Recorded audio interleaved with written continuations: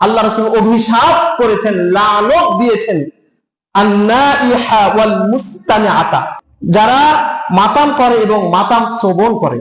আল্লাহ রাসূল বলছেন যে সে আমার দলের অন্তর্ভুক্ত নয়। কে?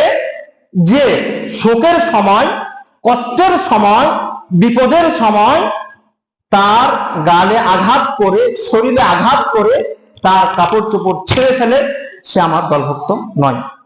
হাদিস রয়েছে সহিহ বুখারী 1294 নম্বর হাদিস, সহিহ মুসলিম 296 নম্বর হাদিস। আরেকটি বিষয় যেটা খুবই গুরুত্বপূর্ণ, যেটা দেখা যায় যে যখন নিঃশ্বাসটা হয়তো বেরিয়েই গেল, ব্যক্তিটা মারাই গেল, তখন শুরু হয়ে যায় সেই জাহিলি যুগের কর্মকাণ্ড। আমাদের শুরু হয়ে যায় কি? বুক চাপড়া চাপড়ি, মহিলারা বিশেষ করে কাপড় ছিঁড়ে ফেলা, চিৎকার করা, আমার এই চলে গেল, সেই গেল, বিভিন্ন জায়গায় যেখানে যে রেওয়াজ আছে, আমার উমুক আমার তুমুক চলে গেল, আমি কি নিয়ে বাঁচবো, কি করব, সেই করব, বাবা তুমি আমার নাম ধরে ডাকো, আমাকে ডাকো, এই করো সেই করো, এই সমস্ত কর্মকাণ্ড ইসলামের সম্পূর্ণ হারাম এবং কাবিরা গুনাহ, কাবিরা গুনাহ। এবং যেটাকে হাদিসের ভাষায় যেটাকে বলা হয় নোয়া তথা মাতাল করা, বিলাপ করে কান্নাকাটি করা, স্পষ্ট হারাম। এবং আল্লাহ রাব্বুল নবী মুহাম্মদ সাল্লাল্লাহু আলাইহি সাল্লাম অভিশাপ করেছেন যারা এই কর্মকাণ্ডগুলো করে। আল্লাহ রাসূল সাল্লাল্লাহু আলাইহি সাল্লাম বলছেন, ওয়ান ইবনে মাসউদ قال قال رسول الله صلى الله عليه وسلم ليس منا من ضرب العيود وشق الجيوب ودعا بدعوة الجاهلية। ইবনে মাসউদ রাদিয়াল্লাহু তাআলা বর্ণিত, তিনি বলছেন রাসূল সাল্লাল্লাহু আলাইহি ওয়াসাল্লাম বলেছেন, সে আমাদের দলভুক্ত নয়। রাসূল বলছেন সে আমাদের দলভুক্ত নয় যে শোকের সময় গালে আঘাত করে, তার আঘাত করে বুকের কাপড় ছিঁড়ে ফেলে। আল্লাহ রাসূল বলছেন যে সে আমার দলের অন্তর্ভুক্ত নয়। কে? যে শোকের সময়, কষ্টের সময়, বিপদের সময় তার গালে আঘাত করে, শরীরে আঘাত করে তার কাপড় চোপড় ছেড়ে ফেলে, সে আমার দলভুক্ত নয়। হাদিস রয়েছে সহিহ বুখারী 1294 নম্বর হাদিস, সহিহ মুসলিম 296 নম্বর হাদিস। তাহলে ইবনে মাসউদের এই হাদিস থেকে আমরা কি জানতে পারলাম?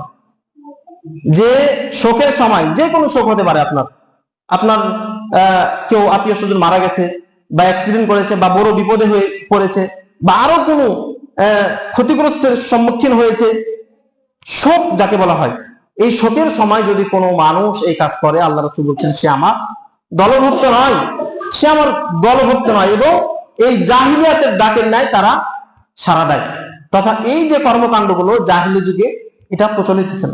এবং যুগ বলতে বুঝেন, জাহিলি যুগ মানে কি? অন্ধকারের যুগ। যে যুগে কি করত? নিজের কন্যা সন্তানকে পুঁতে ফেলতো জীবিত অবস্থায়। সেই যুগে আরো কি হতো? লুটতারাজ, হানাহানি, মারামারি, এমনকি বাবা যখন মারা যেত সন্তান তার মাকে বিবাহ করতো। নাউযুবিল্লাহি মিন যালিক। মানে কোন অবস্থা? বাবা মারা গেছে, সন্তান এখন মাকে বিবাহ মার সাথে থাকতেছে, নাউযুবিল্লাহ। এবং জীবন্ত ছোট ছোট কন্যাদেরকে তারা পুঁতে ফেলতো। সেই জাহিলি যুগের অবস্থা হচ্ছে এটা। সেই জাহিলি যুগের কর্মকাণ্ড আজকে আমাদের সমাজে বিদ্যমান। আমরা কেউ জানারও চেষ্টা করি না, মা বোনদেরকে আমরা সতর্কও করি না। এই যে প্রথা ছিল, আর সে প্রথা কি ছিল আরেকটি, যে সেখানে তারা কি বুক চাপড়াতো, নিজের পোশাক আশাক ছিঁড়ে ফেলতো। এই প্রথাটা আজকে আমাদের সমাজে বিদ্যমান। অনেক মহিলাকে দেখবেন যে তারা কি করে, লুটিয়ে পড়ে, মাটিতে গড়াগড়ি করে, পোশাক ছিঁড়ে ফেলে, চিৎকার চেঁচামেচি করে। আর খুবই সাবধান, এই বিষয়গুলো আমরা কিছুই মনে করি না। আত্মীয় স্বজন মারা গেছে, আবার অনেকে কি মনে করে, না কান্নাকাটি মনে করলে আরে ভালোবাসে না তার বাবাকে মাকে ভালোবাসে না, এক ফোটাও কান্নাকাটি করে না, একবারও চিৎকার চেঁচামেচি করে। হ্যাঁ, আল্লাহ রাসূল কান্না করে নাই। আল্লাহ রাসূলের 4 জন পুত্র মারা গেছে বাল্যকালে, সাহাবে আজমাই মারা গেছে, আল্লাহ রাসূল কান্নাকাটি করে না? কান্নাকাটি করছে, কোন চেঁচামেচি চিৎকার করে না। আল্লাহর ফয়সালার প্রতি আপনাকে সন্তুষ্ট থেকে চোখ দিয়ে স্বাভাবিক পানি আসবে, এটাই স্বাভাবিক। অন্তর ব্যথিত হবে, এটাই স্বাভাবিক। আপনি কাঁদবেন, তবে ওই যে জাহিলি যুগে যেভাবে তারা কাঁদতো সেভাবে মাতাম করা যাবে না, চিৎকার করে কাঁদা যাবে না, এবং পোশাক আশাক ছিঁড়ে ফেলা যাবে না। মাটিতে গড়াগড়ি করা যাবে না, নিষিদ্ধ, সম্পূর্ণ নিষিদ্ধ। এই জন্য বলা হয়েছে, আরেকটি হাদিসে এসেছে যে ওই ব্যক্তি শাস্তি পায়, আপনার বাবা মারা গেছে, আপনি এখন এই কাজ করতেছেন, বা আপনার পরিবারের লোকদের এই কাজ করতেছে, আপনার কারণে ওই মৃত্যু ব্যক্তিকে শাস্তি দেওয়া হচ্ছে। আপনি বলছেন যে আমার বাবার কল্যাণকামী আমি, না, আপনি কল্যাণকামী না, আপনার কারণে তাকে শাস্তি দেওয়া হচ্ছে। এজন্য তার উচিত ছিল মৃত্যুর আগেই তাকে এই ওসিয়ত করে যাওয়া যে আমি মারা গেলে তোমরা কেউ মাতাম করে কাঁদবা না। তারপরও যদি কাঁদে সেটা তার প্রযোজ্য হবে, এবং এটা কাবিরা গুনাহ, এটার জন্য আল্লাহর কাছে স্বতন্ত্রভাবে তাওবা করতে হবে। আপনি যদি কখনো এই কাজ করে থাকেন, এই মাতাম করে থাকেন, তাহলে এটার জন্য আল্লাহর কাছে তাওবা করে আল্লাহর কাছে ক্ষমা চাইতে হবে, নচেত ক্ষমা হবে না। খুবই সাবধান। অথচ এগুলোকে আমরা পাপী মনে করি না। আল্লাহর ফায়সালাতে যত বড় বিপদ আসুক না কেন, আপনাকে সন্তুষ্ট থাকতে হবে, সন্তুষ্ট থাকতে হবে। তারপর আল্লাহ রাসূল সাল্লাল্লাহু আলাইহি সাল্লাম আরো হাদিস বর্ণিত হয়েছে এই বিষয়ে, আন্নাহু ফি রাসূলুল্লাহ সাল্লাল্লাহু আলাইহি ওয়াসাল্লাম ইরাই মিনাল সালিকা ওয়াল হালিকা ওয়াস শাক্কা। নবী সাল্লাল্লাহু আলাইহি সাল্লাম বলেছেন, সালিকা, হালিকা, ওয়াশাক্কা থেকে আমি বিমুক্ত। আল্লাহ রাসূল বলছেন শালিকা, হালিকা, ওয়াশাক্কা থেকে আমি বিমুক্ত। শালিকা কি? শালিকা শব্দের অর্থ কি?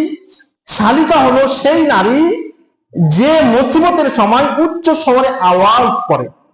শালিকা শব্দের অর্থ হচ্ছে সেই মহিলা যে মহিলা বিপদের সময় উচ্চ আওয়াজে চিৎকার করে, উচ্চ আওয়াজ করে, শব্দ করে চিৎকার চেঁচামেচি করে। আল্লাহ রাসূল ওই মহিলাকে শালিকা বলেছেন। হালিকা, হালিকা হলো সেই নারী যে মুসিবতের সময় চুল ছিঁড়ে ফেলে। সম্পূর্ণ হাদিস, ইতিপূর্বে যে হাদিস আসলো, অনেকে দেখবেন বিপদে পড়লে, রাগ উঠলে নিজের পোশাক আশাক ছিঁড়ে ফেলে, চুল ছিঁড়ে ফেলে। এইগুলো সম্পূর্ণ জাহিলি যুগের আলামত। আল্লাহ রাসূল এটা এইগুলো থেকে সম্পূর্ণ বিমুক্ত।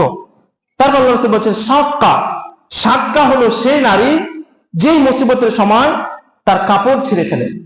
সেম সেম কথা বলবো, সেই হাদিসটি পাবেন সেই মুসলিমের মধ্যে হাদিসটি এসেছে যে এই সমস্ত কর্মকাণ্ড তারা করে, এইগুলো থেকে আল্লাহ রাসূল বিমুক্ত।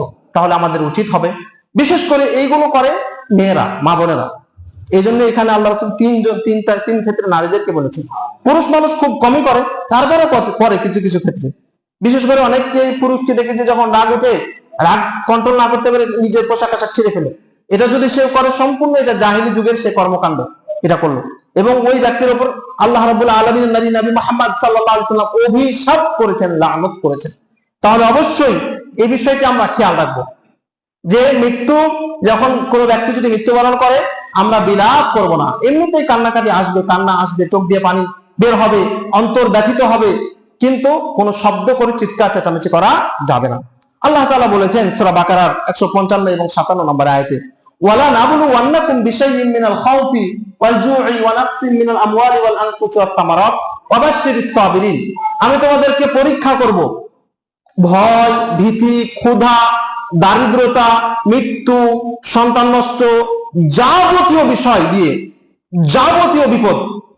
আপনার সন্তান মারা যাবে, আপনার ধন সম্পদ নষ্ট হয়ে যাবে, আপনার বড় অসুখ হয়ে যাবে, বিভিন্ন ভাবে ক্ষুধা, আপনার অভাব চলে আসবে, আপনি ক্ষুধার জন্য কষ্ট পাবেন, বিভিন্ন ভাবে ফসলাদি নষ্ট হয়ে যাবে। আল্লাহ আল্লাযীনা ইযা আসাবাতুহুম মুসিবা, যারা বলে, যখন যাদের কাছে বিপদ আসে তখন যারা বলে আল্লাযীনা ইযা আসাবাতুহুম মুসিবা, আল্লাহ আমাকে বিপদ দিয়েছে, কালু, তারা বলে ইন্না লিল্লাহি ওয়া ইন্না ইলাইহি রাজিউন, নিশ্চয় আল্লাহর কাছ থেকে এসেছি বা আল্লাহর কাছে আবার ফিরে যাব। উলাইকা আলাইহিম সালাওয়াতুম মির রাব্বিহিম ওয়া রাহমাহ, ওই সমস্ত ব্যক্তিদের উপর আল্লাহ রাব্বুল আলামিনের রহমত, দয়া, ওয়া উলাইকা হুমুল মুহতাদুন, এবং তারাই হেদায়েত প্রাপ্ত। তাহলে আপনার উপর যদি বিপদ আসে, যে কোনো বিপদ আপদে, আপনি বলবেন ইন্না লিল্লাহ, ইন্না লিল্লাহ। আমরা মনে করি যে শুধু মানুষ মারা গেলেই মনে হয় ইন্না লিল্লাহি ওয়া ইন্না ইলাইহি রাজিউন বলতে হয়, না।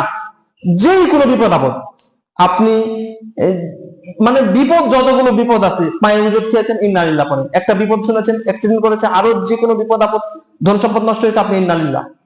এটা হচ্ছে বিপদ আপদের দোয়া। যারা এই কথা বলে, আল্লাহ তাআলা বলছেন যে তাদের উপর আল্লাহর রহমত এবং দয়া। অতএব এই সমস্ত কাজ থেকে আমাদেরকে বিরত থাকতে হবে। বেশ কিছু চ্যাপ্টার আছে এই মৃত্যু ব্যক্তিকে আপনাকে গোসল করানো, লাশকে দাফন করা, জানাজার নামাজ, কবরস্থ করা, এগুলো অনেক কথা রয়েছে। ইনশাআল্লাহ বাকিগুলো সামনের সপ্তাহে